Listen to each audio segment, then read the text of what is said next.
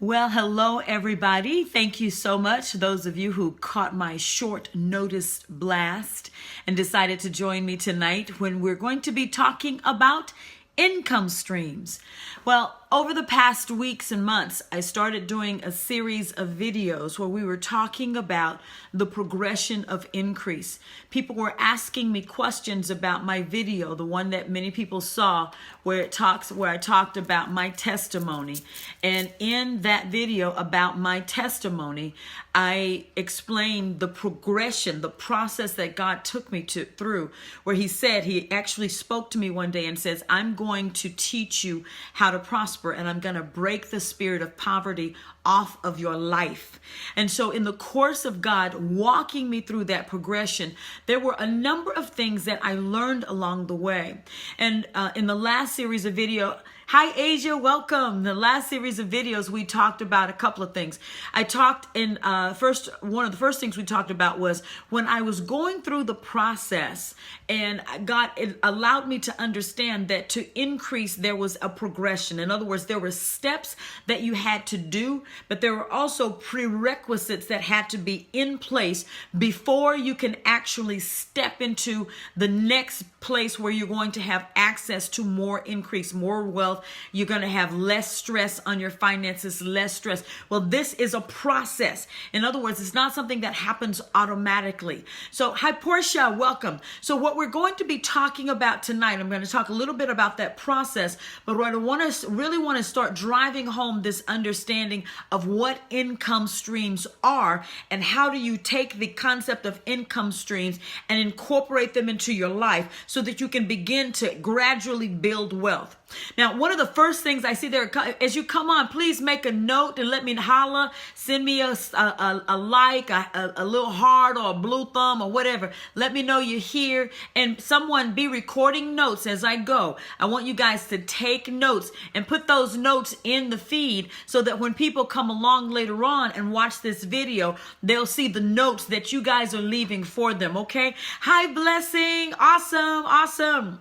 So tonight we're going to be talking about income streams and what that means. Now, before I delve into that, let me build you up to what happened before.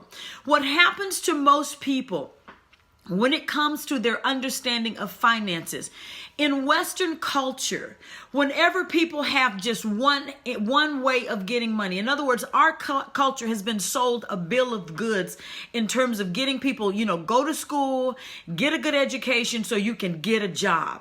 Now, that's okay. That's all right in terms of getting a job because, hi, Sammy, welcome. It's okay because everybody needs a base of income. In other words, your first income, the first venue where money's going to come into your life, the first venue that it's going to come through is typically going to be that first job. Now, in another series of videos, I talk about the 12 purposes of a job. So in order for us to start tapping into what income streams mean and what they mean to our capacity and our ability to access wealth and to stop living from paycheck to paycheck, then we need to know what that job is supposed to do for you, okay? Now, job has many functions, but the first way money has to come into your life, you're going to have to get a job. You're going to have a way for you to get that money so that you can go clock in and you have consistent income, consistent revenue, so that it may not be a whole lot, and that's what a lot of people don't understand. You don't have to have a whole lot of money to start building wealth. In fact, it takes very little. What is required to build wealth is an understanding of the laws of money and how those laws work for or against you. Now, in our culture, we're very comfortable. We like a lot of stuff. I know I do. I like a lot of stuff, but I don't pay full price for stuff. When I get stuff, I make stuff stretch. I make stuff go. I buy one nice thing. I'll buy one real cute outfit and I will wear it forever. I don't like shopping. I shop when I have to. Because clothes and those kinds of things are expendable. But what I do like, Sammy, what I do like, Kim, what I love having is I like seeing my bank account grow. I like seeing assets in hand so that if I hear God say, I want you to give $500 here, I want you to give $500 there, I want to be able to not have to sit down and go, wow, can I afford it? I hate that feeling. I hate feeling. And I don't believe in this whole concept. We can't afford that. That's a lie from hell. The devil has taught us that. Now, what causes people to live at that level and live at that place, Ebony, what causes people to live there is an understanding is they've never realized that wealth is built on the back of income streams. So somebody type that in the window for me. Wealth is built on the highway of income streams. Wealth is built on the highway of income streams. Now, let's look at a highway. When you start talking about traffic moving in a direction, when you've only got one lane and something happens in that lane, what happens to all the traffic? Everybody stops. Nobody can go anywhere. But when you've got a 5-lane highway and something happens in a lane, what can you do? You can switch lanes and keep moving. You can switch lanes and keep moving. You can switch lane and keep moving. That's what income streams are like to your finances. So if the only way you have to generate revenue is the money that's coming from your job, and you do need a job, Portia. You do need a job, Sammy. You have to have that first income stream. So what we have to do is we have to diversify our income. Now, many of you may have heard that concept, that word diversify, when it comes to describing a financial portfolio. A financial portfolio is a collection of cash, of places where your cash is stashed. In a nutshell, that's what a financial portfolio is. It is a collection of businesses and companies where you take a portion of money and put it in this sector. You take a portion of money and put it in that sector. You take a portion of money and put it in that sector. And you hear that word sector. You hear financial sector. You hear other words. You hear the retail sector. All of these are different venues, okay? So that's what you call like a financial portfolio in a nutshell. Now, it's a little more complex than that, but for all intents and purposes, hi, Panay, what we're talking about tonight is diversifying your income so that you have multiple streams, so that like we talked with the highway paradigm, when something happens, your whole world doesn't fall apart. Now, even looking back over my own experience over this past really 2 years, as I was going through some major life changes myself, without having multiple streams. In other words, when your funds only come from a job, when something happens to that job, you're dead in the water. And it means that there are many setbacks. So to prevent that, your first income stream will always be a job. That's just your first income stream. Now, is the job the only way? No. It is the first one, because what a job allows us to do in Western culture, it allows us to build assets and to start to accrue wealth. Now, what is wealth defined as? Wealth in our culture is defined as the collection of real estate. There's wealth in real estate. There's wealth in finance. There's wealth in business. So all of these are different vehicles where you can earn wealth, bring it into your household, and then you will actually have assets that you can move from one generation to the next. And that's really what it's about. It's not about how much money you earn. It's not even about how much money you keep. When you're talking about wealth, you're talking about what will you have available to transfer to your next generation so that your kids don't have to start at the bottom like you did.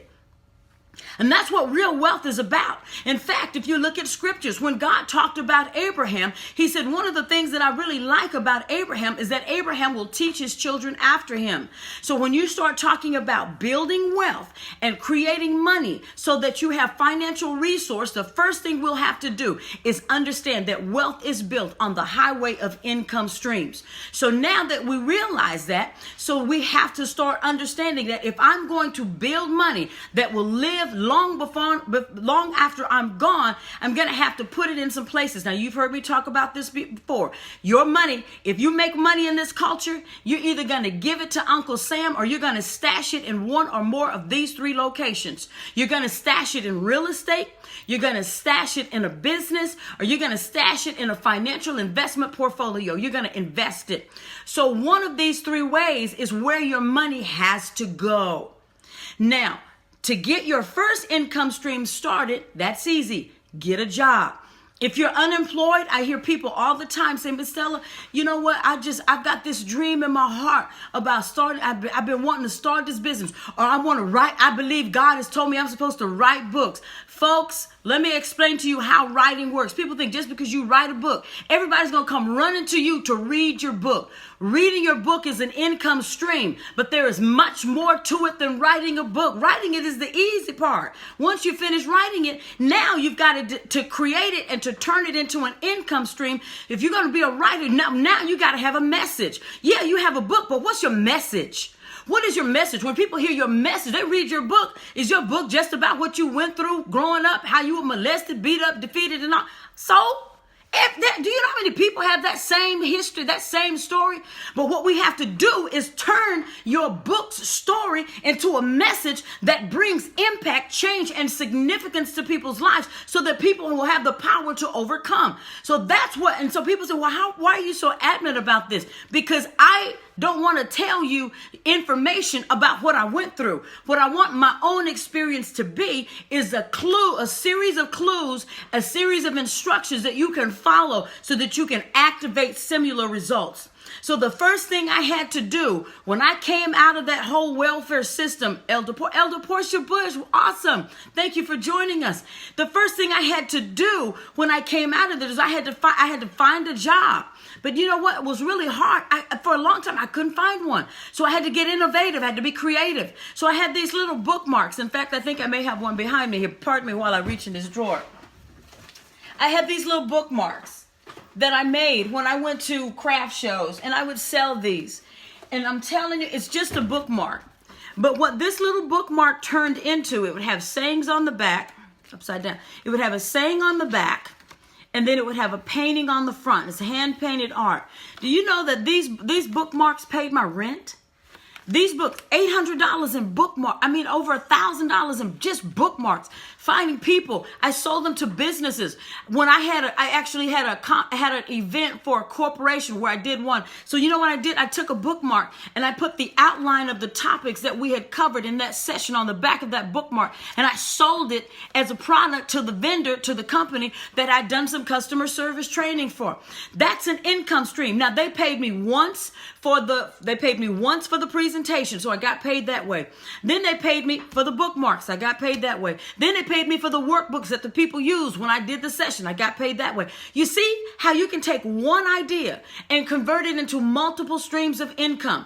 Now, in this area, in this realm, and in this time, one of the streams that you and everybody needs to tap into is using the media, using social media, using YouTube, using all of this. These are all income streams. These are all venues that create money. Now, what happens to many people is they say, well, I want to earn over $100,000 a year. That is not that hard. People say, well, but what happens is we have the mindset is I have to get a job. I have to build myself up until I'm earning $100,000 a year. For many people, that's going to take you years. Whereas if you shift your thinking and start thinking in terms of income streams, how many ways can I get paid doing what I do? So let's look at the typical. Let's say a person is interested. Let's say a guy fixes houses. Okay, he's a small contractor, not licensed, just a guy who can fix stuff good. He can put in ceiling fans. He can repair some minor electrical stuff. He does small jobs, and his little construction side thing is only generating maybe $20,000 a year in cash flow for him. That's all he's getting. Now let's take this example and look at how to create income streams around that concept. Now let's say this guy also he's a good talker. Most contractors are good talkers. So if he's a good talker, here's something that he could do. We're going to use the mediums that we have available to create revenues, okay? So one of the first things he can do is start creating a series of videos about what he does. So when he puts in a ceiling fan this time, what's he going to do? He's going to get up there with a camera. We're going to film him. He's going to take a picture. He's going to upload that. Now, it's not a magic number, but some people, the estimate is that approximately somewhere around the 10,000 view mark, you will start seeing revenue, measurable revenue on a YouTube video. That's what all the commercials are about. People say, do you get paid for those? Yes, you can. When you get somewhere around the 10,000 view mark, it starts to create marketing revenue and you're paid on that. Another channel, Blog Talk Radio. That's another venue where now the same guy who is just a little guy who could put in ceiling fans, some basic electrical skills, but now he's become a teacher. So now he's teaching people how to do it. Through video. So that now that he has video, so now he can start doing, so let's say he goes and starts to market himself throughout the circle, going to women's meetings and saying, ladies, I want to teach you guys how to install a ceiling fan. And so now he starts going to small groups, teaching do it once a month. Go once a month, make $100 once a month, teaching ladies how to install ceiling fans. So now we've got one income stream through his standard job. Second income stream through doing videos on social media. Third income stream by being an educator in the community and teaching other people how to do what he does. But then as he continues to build, then he can become what's called a consultant. When you function at a certain level, you can now create an income where you're now consulting and teaching others how to do the same thing. Now that's just one example of creating about 4 income streams with one task. Then he could write a book about it, okay? But then he can partner with other organizations, and now he's a partner with other. So he does the ceiling fans. Well, what if he partners with the guy who does the wall outlets, or what if he See, these are all the things that we can think about when we start talking about creating an income stream, diversifying off of what you already do. So that now, in addition to that first job, you've got about 4 different ways to get. How many ways can I get paid doing what I do? Create a series of videos for your work. Use marketing, ads, Facebook, Blog Talk Radio. That's what we're talking about. Now, that's one of the first ways. Now, here's the thing that I want people to understand. Now, I loved. When I was doing it, I loved multi-level marketing. I loved it. I was a Primerica rep. I'm no longer licensed with Primerica, so I can talk about it like I want to. I love Primerica, and I will fight you over Primerica today. Because one of the lessons that I learned working in Primerica is that if you will take the principles of learning how money works and implement what Primerica teaches, then you will actually become financial independent, whether you ever become a regional vice president or not. And those are the things that people needed to understand. But one of the issues with multi-level marketing and the challenge is that people get caught on the perception of, I'm going to build my base shop, I'm going to build my business. That's not what Art William taught. Art William taught, implement the rules first, make it work in your life. Simultaneously start sharing what you know with the people you care about most. Those are the people in your circle. So that now your multi-level marketing, you're now using it to teach other people. But then once you get to a certain level and you've grown to a certain degree, now it's time for you to start to diversify the money that you earn in Primerica or wherever it is that you're going to, whatever your multi-level market. Hi, Lolita. Thank you so much for joining us. Whatever your multi-level marketing is, your money has to be stashed somewhere, baby. You can make that $100,000 working for whatever your multi-level marketing thing is. And I loved it. I loved Primerica. I loved it. Okay, but that wasn't my call. This is my call. I'm doing what I was born to do. This is my call. So once I got money in Primerica, I said, what am I going to do with the money that I'm generating at this level? So I took that money and began to diversify it to create some other income streams. Now, for me, it was rental properties, and I'm not a big time rental. I don't have a lot of properties. It's not like I got 10 or 25. I don't. I'm just a small individual who owns several different properties, and I rent them out.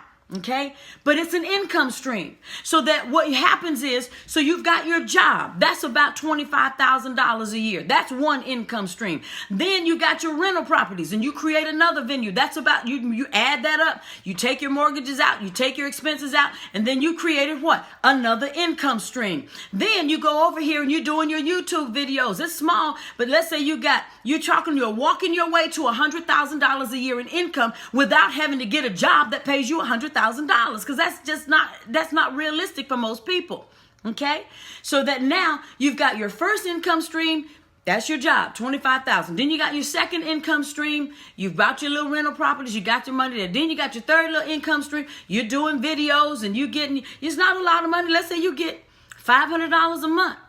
So, okay, then you got your little book that you wrote. So now you got your book. That's a fourth income stream. And then you start going out, doing your little presentations, consulting, working with people. That's another income. So now you have 5 income streams. So that now if something happens, you're on a multi-lane highway. So that you don't have to freak out. Now, it's okay, well now I know I just got to increase my hustle and work in these other streams so that I can now keep my life moving forward up my life's highway. And everything is not going to fall apart when my job ends. This is how we have to begin to think.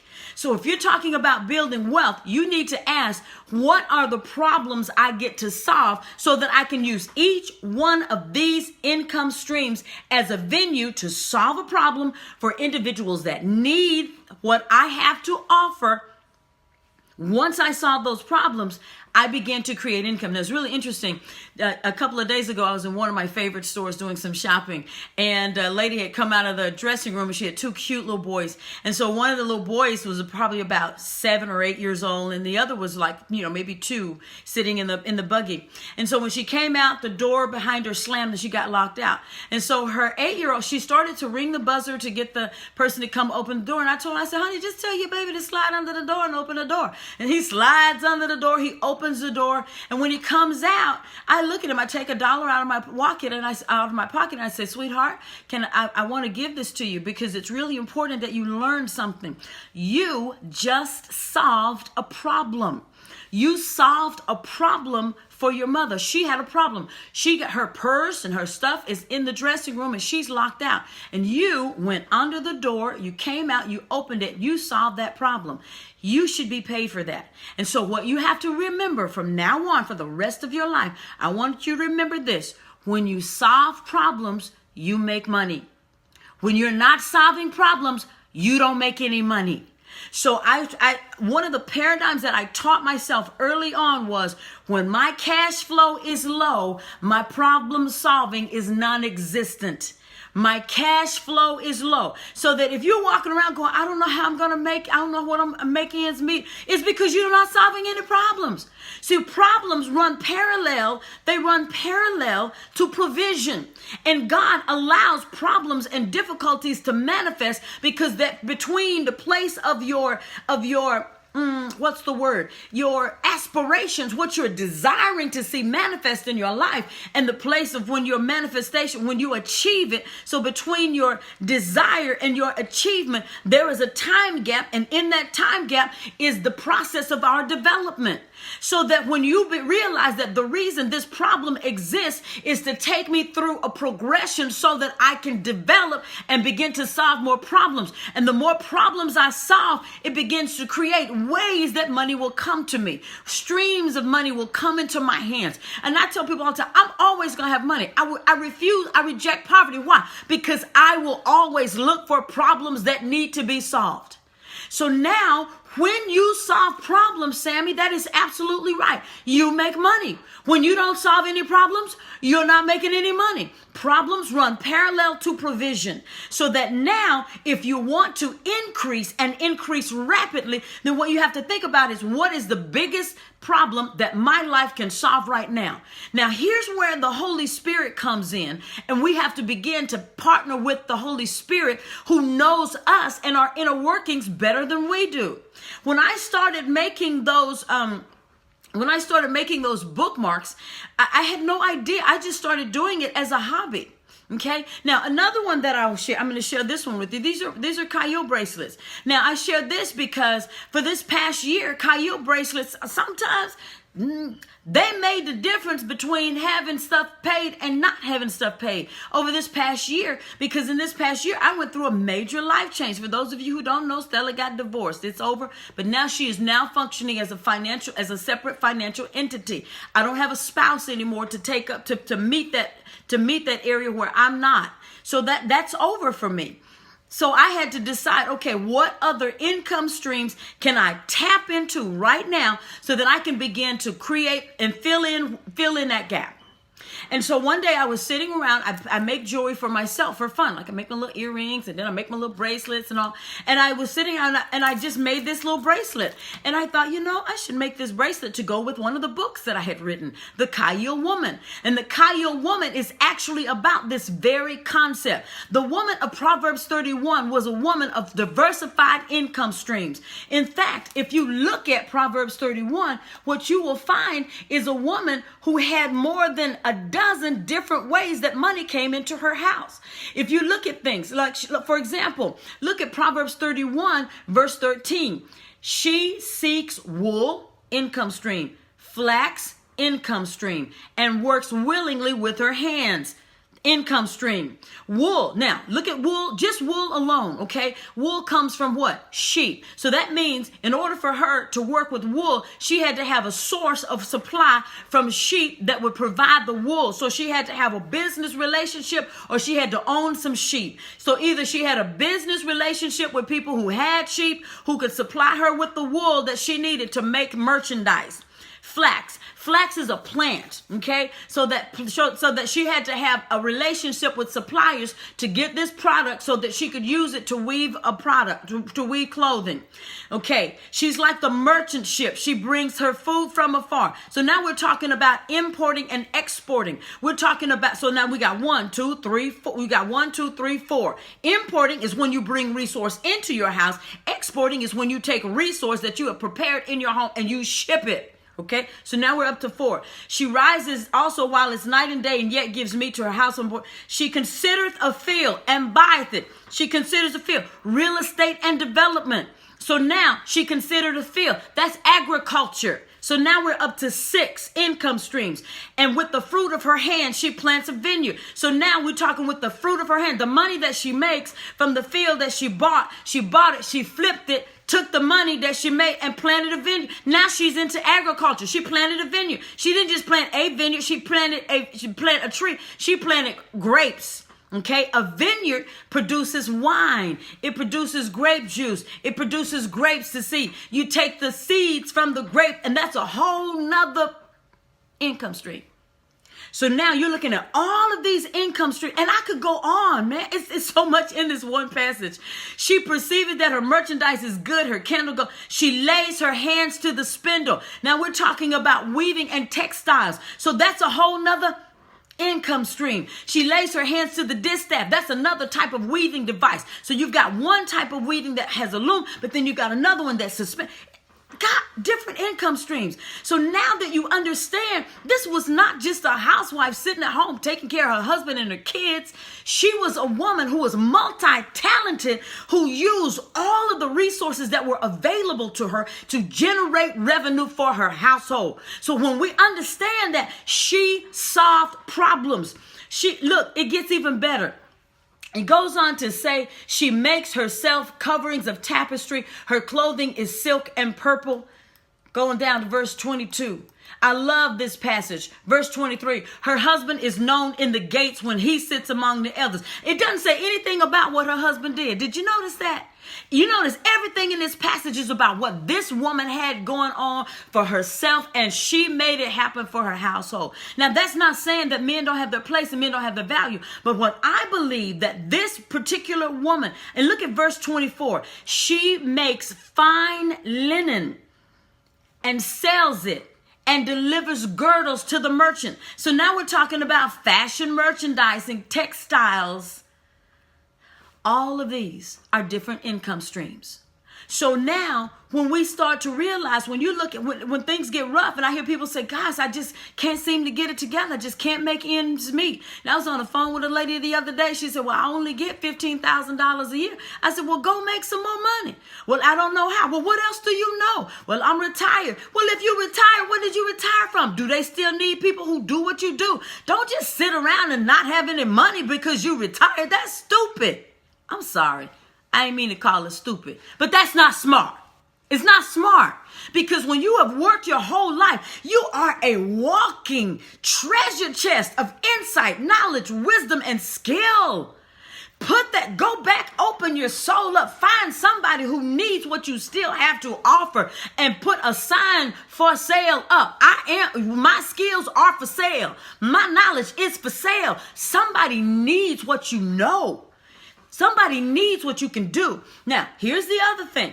Now, again, we're talking about creating income streams. I know I get a little excited. I need to calm down. I'm so glad my friend brought me my little napkin tonight. I'm ready for y'all tonight. I knew I was going to get hot because I get excited about this. Is this good? If this is good, you guys, send me some hearts and some thumbs or something. Let me know that this is really what is. Has anybody else been talking about this like this? I believe, because it is so significant for where we are right now. When you look at thank you so much, Blessing. Thank you. When you look at the scriptures and you look at people like Abraham, when you look at Abraham was a wealthy man, but Abraham, he had cattle, he had sheep, he had lambs, he had goats. All of those are income streams. He had a farm. Okay, look at his son, Isaac. Isaac sowed in famine and reaped 100-fold. He had a vineyard. So all of these are different streams of income that produce revenue. When a family has, even if you look at today's culture, one of the strategies for now, I was actually looking at a video. Hi, Ted. That's my brother. Thank you, Ted, for tuning in. I was reading a book from World Vision, and you can actually go in and buy a goat or buy ducks, and then they take those goats and they provide them to families in third world countries, because a goat represents income stream. Number one, a goat. When a goat calves, now you've got a baby goat that you can raise up. You can get milk from that goat. When you get the milk, you can make cheese from the milk. When you make cheese from the milk, you can make butter. When you make butter, so now you got milk, cheese, butter, and a goat. So every time that goat calves and has another baby, you're looking at, you got meat. Now you see how you can take one thing and create a whole income stream around it. So take the job mentality out of your head and start to say, what can I do? What are the other venues that I can draw up out of myself and that I can use them to build a cash flow and expand my financial infrastructure? So your job is your what? First income stream. Now let's talk about types of income stream. Now, when you're building income streams, if you are in what I call a desperate situation, in other words, things are falling apart. People say, well, I can't find a job. I don't believe that. I believe you may not find the job that you want, but when you really need a job, when you really need to get a place, you can find a job. Just take a job working wherever you can find it, even if it may not be in your area. No, you need to do, if you are in dire straits, you need to get a job just to get the feeling and the emotional state of defeat and failure off of you. Just get a job and go to work. Now, while you're taking a job at a lower level, don't just go and study. People, I think I'm going to go back to school and study medical coding. Why? Why are you studying medical coding? You don't go just study medical coding. What you need to study is what problems exist in the medical coding industry, so that if you go in and figure out what is the biggest problem in that area, what is the biggest solution, when those companies look for someone who is coding, what do they look for? And I have an awesome young lady on here tonight. Blessing did exactly that and was able to leave an old job and actually created her own business. This is just brand new. This is somebody who's actually implementing what we're teaching. And that's what we're talking about. So you create your own opportunity. You don't just go, well, I think I'm going to go back to school and get a nursing degree. Why? What issues exist in the realm of nursing? There are unemployed nurses. You know that? Can you believe there are unemployed nurses? I cannot believe there are unemployed nurses. Why? Because those individuals have never understood what the issues and the problems are that exist in that area, and then make your gifts, your talent, your knowledge an answer to those problems. And you solve the problems that exist in that realm. Then you will begin to create income streams that will cause you to multiply. But if we don't understand that your life is about solving problems, my life is about solving problems. It is about tackling the issues of our day so that we can begin to now move forward financially. So income stream. So let's review. Oh, wow, man, I can't believe I've been going almost 35 minutes straight. I think I'm going to have to stop and do this one in 2 parts like I did last week. Would that be all right with you guys? Would you guys mind if I break this into 2 pieces so when I upload it, it won't be so long? We're going to do that. Okay, so let's review this real quick, and then we're going to do just that. And then I'm going to come back in like 2 minutes. So don't go far. I'm going to break it into 2 pieces. So the first thing we're talking about is income streams.